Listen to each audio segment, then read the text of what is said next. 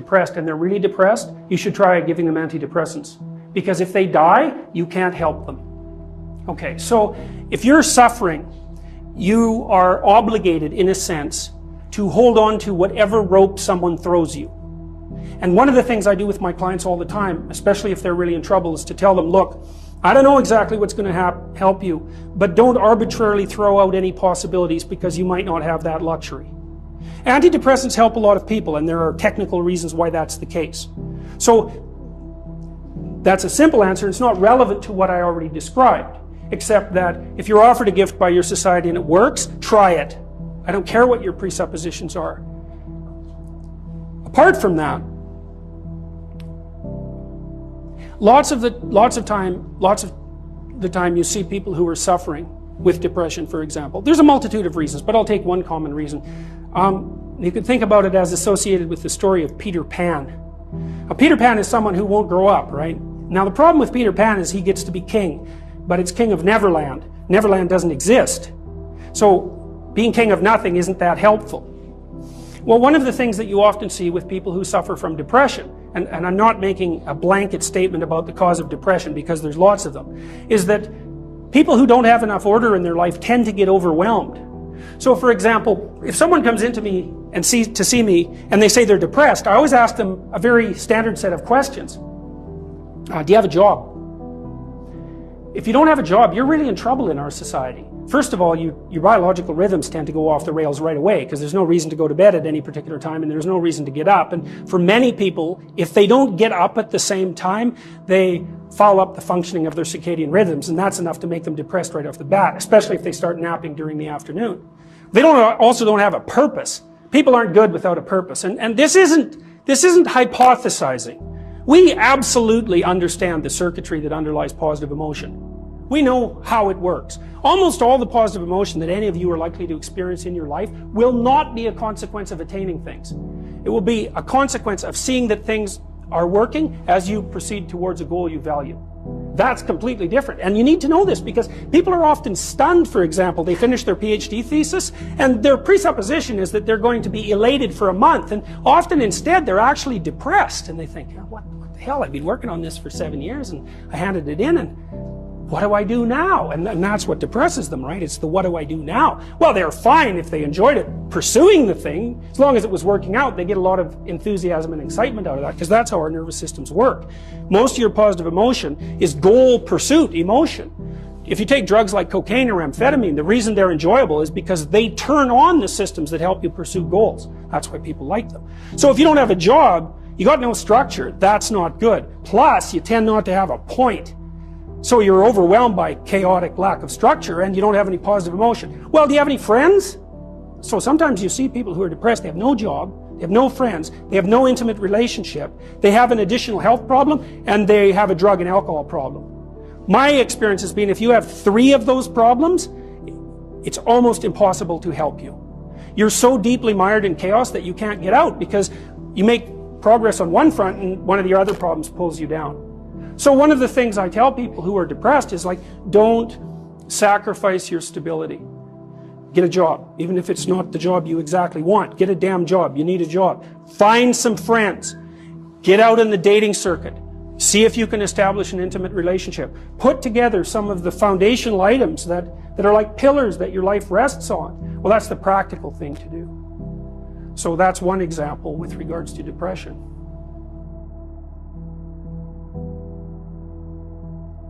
Well, the thing is, you don't just launch it on them, you got to negotiate with the person, and you also got to teach them to negotiate with themselves, and this is something that's very useful to know.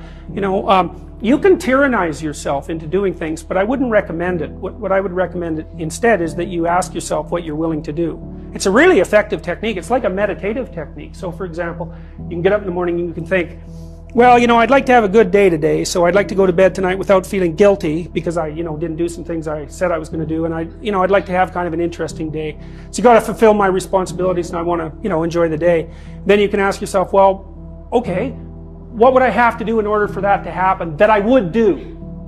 And the probability, if you practice this for 3 or 4 days, is your brain will just tell you, it'll say, well, you know, there's that piece of homework that you haven't done for like 3 weeks, you should knock that sucker off because it would only take you 10 minutes and you've been avoiding it and torturing yourself to death for, you know, like 72 hours straight. And if you do that, here's a little interesting thing you can do, and, you know, maybe this is little obligations you should clean up. And so what you do in a situation like that is you teach the person to negotiate with themselves.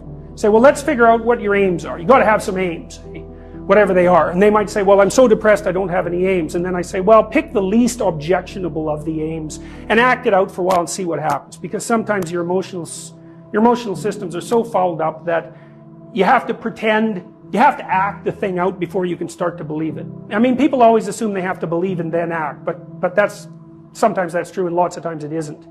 So the trick, if you're doing therapeutic work with somebody and you're helping them establish a structure, is to find out what they'll do. Now, if they want to get better, which is not a given, because there are often payoffs for not getting better.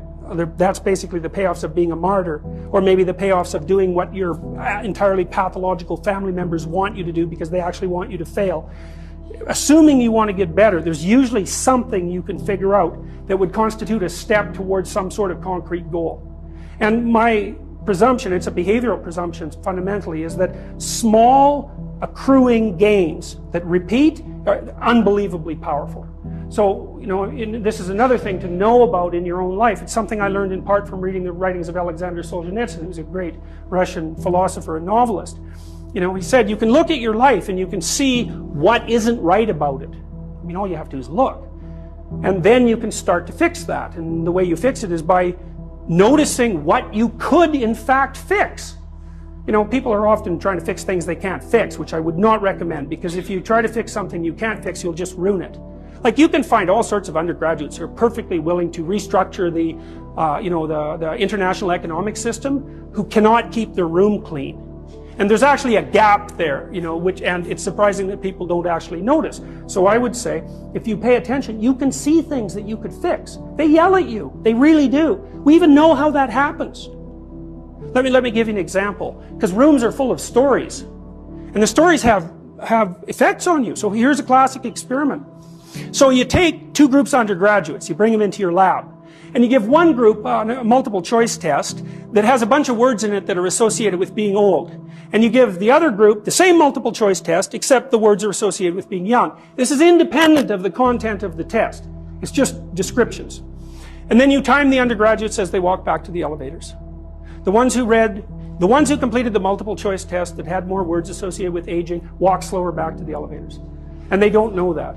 And they don't know they're doing it. And that study's been replicated in various forms many, many times. You're unbelievably sensitive to the story that your environment's telling you. Because your environment is not made out of objects. That's just wrong. Your environment is basically made out of something like tools and obstacles. You're a tool-using creature. You're a tool-perceiving creature. The things you... Like, if I take you out of this room and I say, well, what was in the room? You're not going to say, random patterns in the carpet, because they're real. They're just as good an object as anything else. You're going to say chairs because you can sit on them, and you're going to say handrails because you can hold them. You're going to say stairs because you can walk down them. That's what you see, and that's what you interact with. And if you pay attention to your environment, which is you, by the way, extended, all of your experience is you. It will tell you all the time what you should do. All you have to do is do it. But then you have to decide if you want to do it. One of the things I've noticed about people, because I've wondered, once I started studying these mythological stories, and I got this idea about the fact that life can be meaningful enough to justify its suffering, I thought, God, that's such a good idea. Because it's not optimistic exactly. You know, some people will tell you, well, you can be happy. It's like, those people are idiots. I'm telling you, they're idiots. There's going to be things that come along that flatten you so hard you won't believe it. And you're not happy then. And so if life is to be happy, well, in those situations, what are you doing? Why even live? But life isn't to be happy. If you're happy, you're bloody fortunate, and you should enjoy it. You should, because it's the grace of God, so to speak.